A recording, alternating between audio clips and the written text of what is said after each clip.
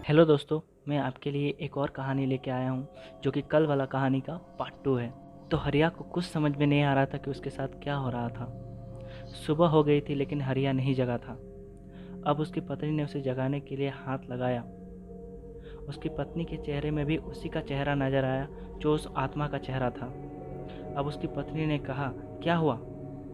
तुम शाम से ही कुछ अजीब से डरे हुए लग रहे हो और ना ही कल शाम को आपने खाना खाया। आपको आखिर हुआ क्या है? मुझे बताओ। तब उसने सारी बात अपनी पत्नी को बताई।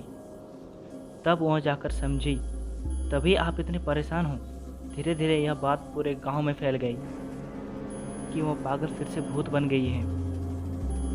तभी कुछ लोगों ने बताया कि रात को यही आवाज़ कुछ लोगों ने सुनी जो जंगल से आ रही थी कि मुझे बचा लो, मुझे इस नरक से निकालो। यह सुनकर सारे लोग और परेशान हो गए।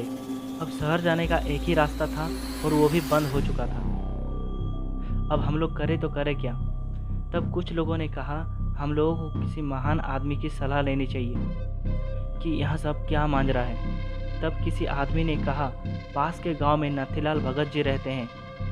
वो आत्माओं के बारे में बहुत कुछ जानते थे और जब सुखिया के लड़कों को एक आत्मा ने पकड़ लिया था तब उन्हीं ने उस आत्मा को छुड़ाया था। तब कुछ लोगों ने कहा, यह ठीक रहेगा। सभी लोगों ने उस भगत जी को गांव में बुलाया और उनको सारी घटना बता दी। भगत जी ने कहा, तुम लोगों ने उसके शरीर को ना जलाकर बहुत बड़ी गलती कर दी है। चाहे वो कैसी भी थी, इतना बड़ा जंगल में तुम लोगों को 4 लकड़ियों का बंदोबस्त नहीं हो पाया। इंसान कैसा भी हो, जब वह मर जाता है तो उसका दुश्मन भी उसकी अर्थी को कंधा देने आ जाते हैं। पर तुम लोगों ने सारी हदें पार कर दी है। चलो, अब जो हो गया सो हो गया, अब उससे निपटने की तैयारी करो। तब भगत जी ने हवन किया और अपना ध्यान लगा के देखा। उन्हें वो आत्मा बंधी हुई नजर आई। तब भगत जी ने कहा, तुम्हें यहाँ किसने बांध रखा है? तब उसने कहा, मुझे एक दरिंदे ने बांध रखा है। पहले उसने मुझे मारकर पेड़ पर लटका दिया था।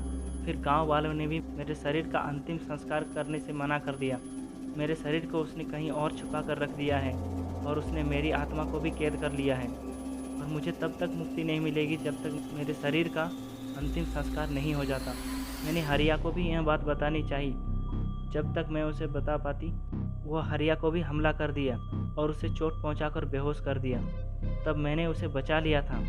अब पंडित जी समझ गए और कहा, तुम लोग चिंता मत करो, तुम्हें मुक्ति अवश्य दिलाऊंगा। भगत जी ने आंखें खोली और उन्होंने कहा, चलो मुझे उस पेड़ के पास ले चलो जहाँ उसका डेथ हो गई थी। पंडित जी ने कहा, जिस तरीके से अंतिम संस्कार करते हैं वो सारा सामान ले चलो।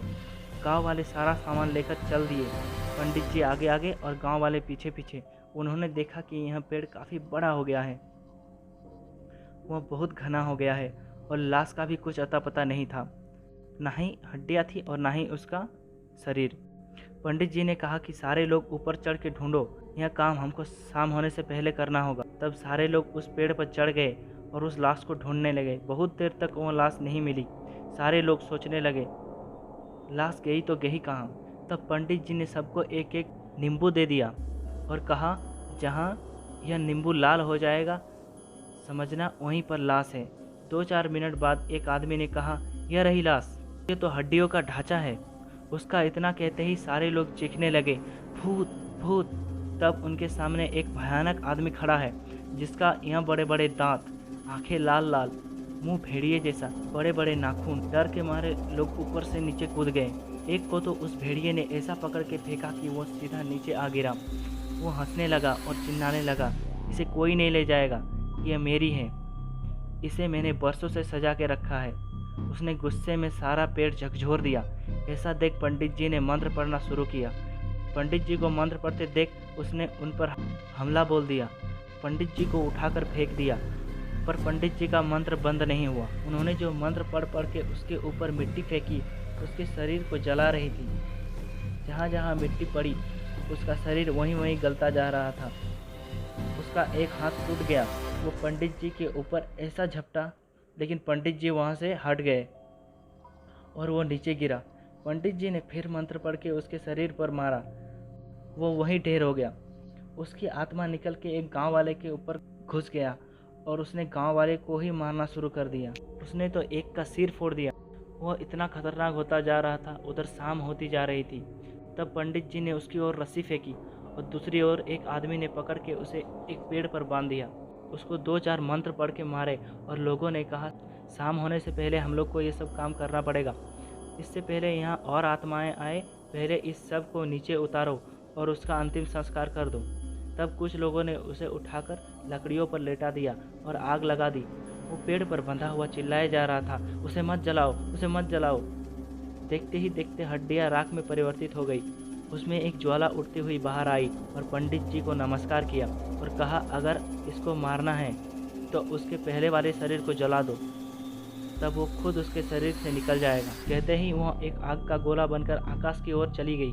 तब पंडित जी ने देर न करते हुए उसके शरीर को भी जला दिया। तब वो फिर चिल्लाते हुए बोला, मुझे मत जलाओ, मुझे मत जलाओ। तब तक उसके शरीर को आग लग चुकी थी और उसकी आत्मा उस गांव वाले के शरीर से निकलकर आकाश में चली गई। तब उस आदमी के रस्सी को सब लोग खोल दिए और उसे घर वापस लेकर आया। गांव आकर सभी गांववासियों ने पंडित जी को अच्छे ढंग से विदा किया। फिर पंडित जी अपने गांव की ओर चल दिए और तब से उस गांव में खुशियाँ ही आ गई।